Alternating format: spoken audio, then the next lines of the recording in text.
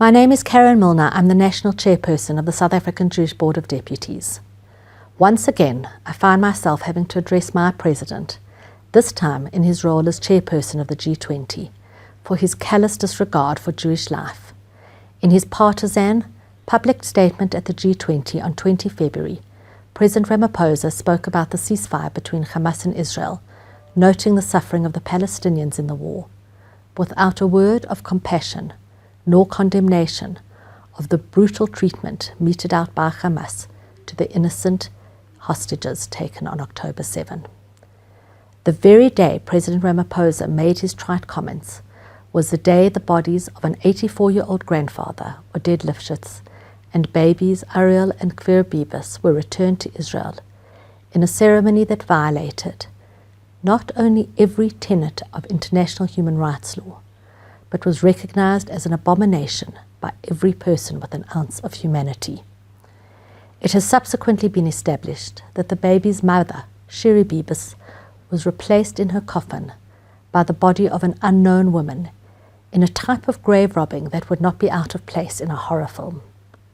Not a word of condemnation from President Ramaphosa or formal statement by the G20 meeting that day.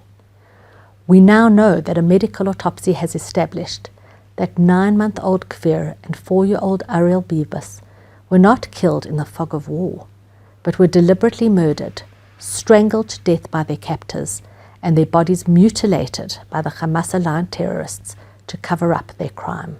Shiri Bibas's body has since been returned under cover of darkness, with the shame that it deserved. Yet, while the President of the Government of National Unity and Chair of the G20 saw fit to mention Palestinian lives, the loss of innocent Jewish civilian lives was ignored. Since you won't do it on our soil, G20, I will do this for you. On behalf of myself, on behalf of the SAJBD, and indeed the world, dear Kfir, Ariel, Shiri and Odette, we beg for your forgiveness. An elderly grandfather, a mother and 2 babies were ripped from their beds and taken hostage of October 7th for no other reason than that they were Jewish. It is inconceivable that the world allowed babies to be held captive and murdered by the bare hands of terrorists. How did this happen?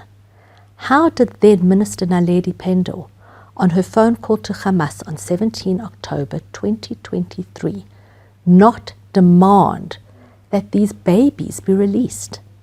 How can we accept that when the ANC hosted Hamas at their headquarters, only 2 months after the hostages were taken, they did nothing to secure their release?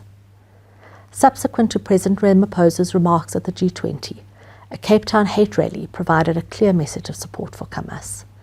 In the face of the Jewish communities mourning our dead, swastikas and Hamas flags showed proud allegiance to the murderers of these babies. How is it that in 2025, in a democratic post-apartheid South Africa, swastikas are displayed proudly on the streets of Cape Town? This is not just a matter of choosing sides in a complex war, and it does not negate the compassion we feel for every civilian death in war, especially the children. It is of a different order entirely. Even senior Muslim clerics in Saudi Arabia and the UAE condemned the murders and the abomination ceremony in which their bodies were released last week. South Africa taking the helm of the G20 was a time of tremendous pride for our country, and we all shared in that pride.